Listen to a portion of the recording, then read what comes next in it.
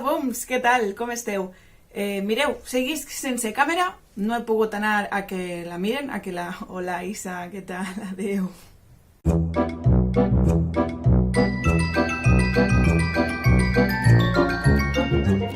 Bé, com vos estava dient, continuo gravant-me amb el telèfon mòbil perquè no tinc càmera, he de dur-la a que la miren, sé que he de dur-la però no tinc temps, I no res, anem a començar i de què tracta el vídeo d'avui? Bé, ja ho haureu vist en el títol, ara que pense. Núria, de @musicavivakids, que si em seguiu en Instagram i sou del claustre i musical, segur que la conegueu, em va enviar aquesta proposta, que es titula La teua cançó o la teva cançó, depèn de la zona en la que visques.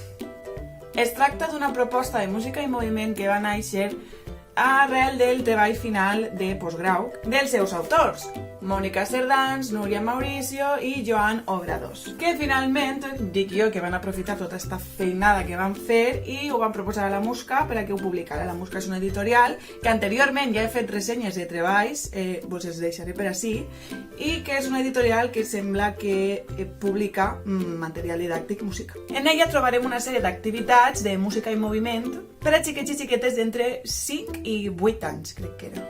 I totes les activitats estan lligades en un fil conductor que és un conte africà que és molt bonic, molt bonic. Vos llegeix la introducció.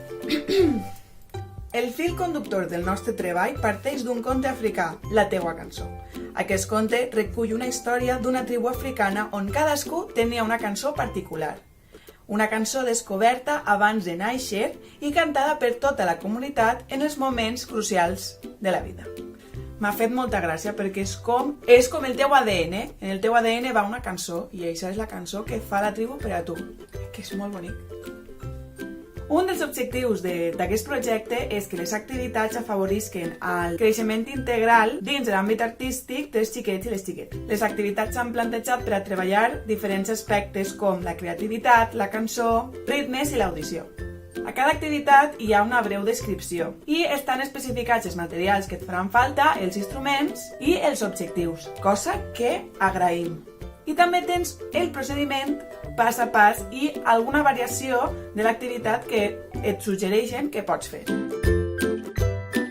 I en total hi ha 5 activitats. I al final tenim una fotografia dels seus autors i ens conta una miqueta sobre cada un d'ells. Crec que és una proposta molt interessant, fàcilment aplicable a l'aula i que a més de treballar totes aquestes habilitats artístiques, creatives, musicals, etc., també es poden treballar altres tipus de conceptes, com ve a ser el de la família, el de la natura, els animals, les emocions i realment tot el que te vulguis plantejar. Així que, Mònica, Núria i Joan, moltíssimes gràcies per enviar-me aquesta proposta. Crec que aquests materials donen riquesa al nostre treball com a professionals, com a docents, crec que aporten molt i en definitiva recolzes també el treball que han fet altres companys i que potser a tu mai se t'haguera ocorrit o mai haguera donat la casualitat que hagueres trobat aquest conte i que ells justament han adaptat per a l'aula de música. En fi, Patapums, espero que vos hagi agradat. Si és així, feu-li a m'agradar, comenteu als comentaris, compartiu amb els vostres companys i no oblideu